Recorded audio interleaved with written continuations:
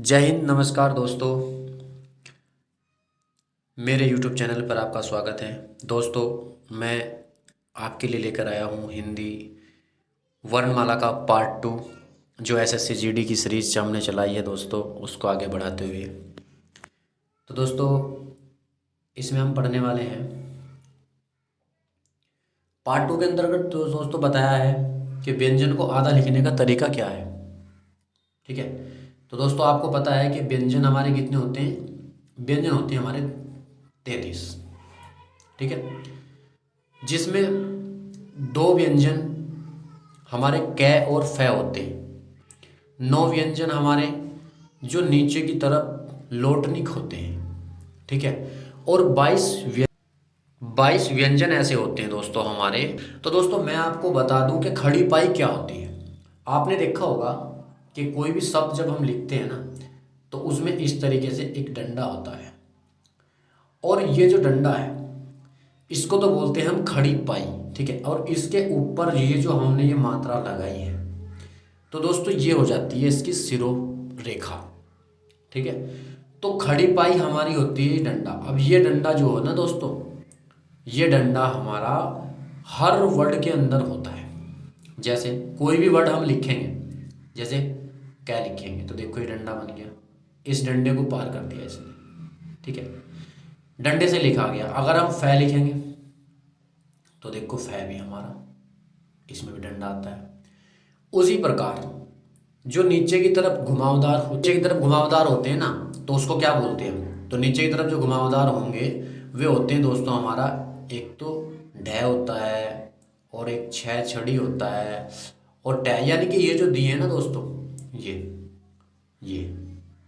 ये हमारे घुमावदार अक्षर होते हैं। ठीक है, उसके बाद उसके बाद दोस्तों जो 22 अक्षर होते हैं हमारे, जो खड़ी पाई को पार नहीं करते हैं, तो वो कौन से अक्षर होते हैं। वो होते हैं हमारे ये वाले अक्षर।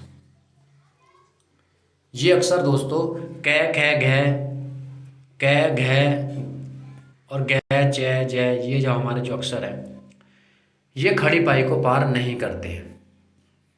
ठीक है, अर्थात हुआ क्या कि आधा लिखने के लिए खड़ी पाई को हटाना पड़ेगा।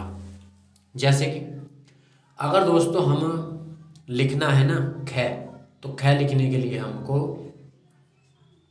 इस तरीके से ख लिखना पड़ेगा। ठीक है, अगर हमें लिखना है दोस्तों घ, तो इस तरीके से लिखना पड़ेगा। यानी कि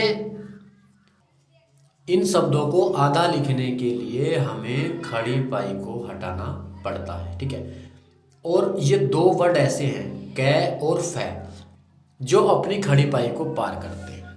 ठीक है, और जो अक्षर हमारे जो घुमावदार होते हैं, लोटनिक बोलते हैं जिनको हम, लोटनिक।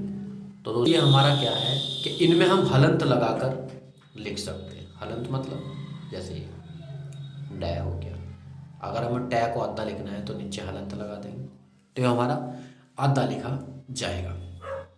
ठीक है, इस प्रकार दोस्तों हम इन वर्ड को लिख सकते हैं। ठीक है, नेक्स्ट देख लेते हैं दोस्तों। नेक्स्ट में क्या दिया है कि बिंदु लगाने का तरीका। ये जो हम बिंदु लगाते हैं ना, एक तो यहाँ बिंदु लगा दिया, दूसरी बात यहाँ बिंदु लगा दिया, या यहाँ बिंदु, ये जो यहाँ दिया गया है, यो बिंदु लगाने का तरीका क्या है, मतलब किस तरीके से हम ये बिंदु लगाते हैं और किन किन वर्डों के पास ये बिंदु लगाया जाता है।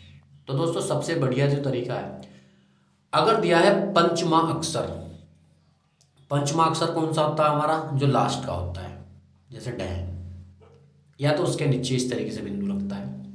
ठीक है, या फिर ये जो हमारे नुक्ता वाले वर्ड होते हैं, यानी कि कै, ठीक है, ये जो ये दिए हुए हैं, ये इनको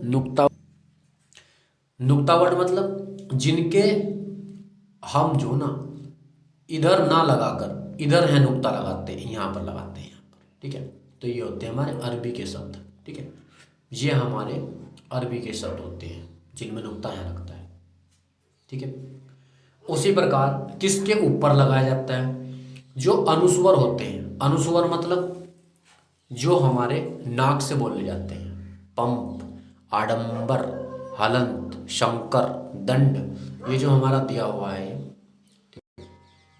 ये जितने भी ये वर्ड हैं, इस तरीके के जो वर्ड होते हैं उनमें हम हलंत ऊपर लगाते हैं।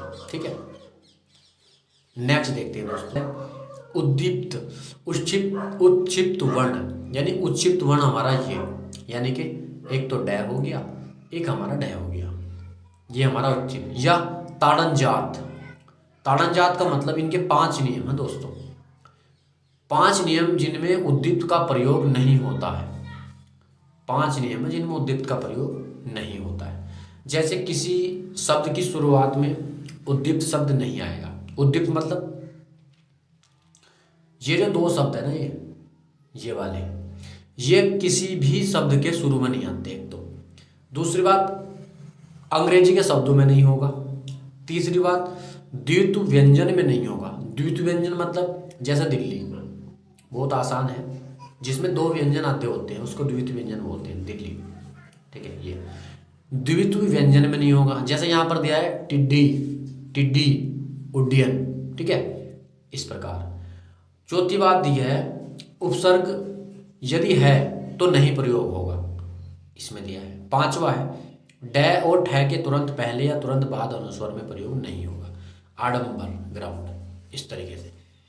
तो दोस्तों ये हमारा जो आज का जो सेशंस वीडियो यहाँ पर कंप्लीट होता है। और मेरी वीडियो जो मैं पढ़ा रहा हूँ आपको दोस्तों, नोट्स से आप देख देख कर अपने नोट्स बनाएं और बहुत अच्छे तरीके से इसको अपनी कॉपी में नोट करें दोस्तों। ठीक है, और बाद में आप 2-3 बार रिवाइज करेंगे तो हो जाएगा। ठीक है, तो आपको मेरा वीडियो अच्छा लगा तो मेरे चैनल को सब्सक्राइब करें और मेरी वीडियो को लाइक करें दोस्तों। ठीक है, जय हिंद, नमस्कार दोस्तों।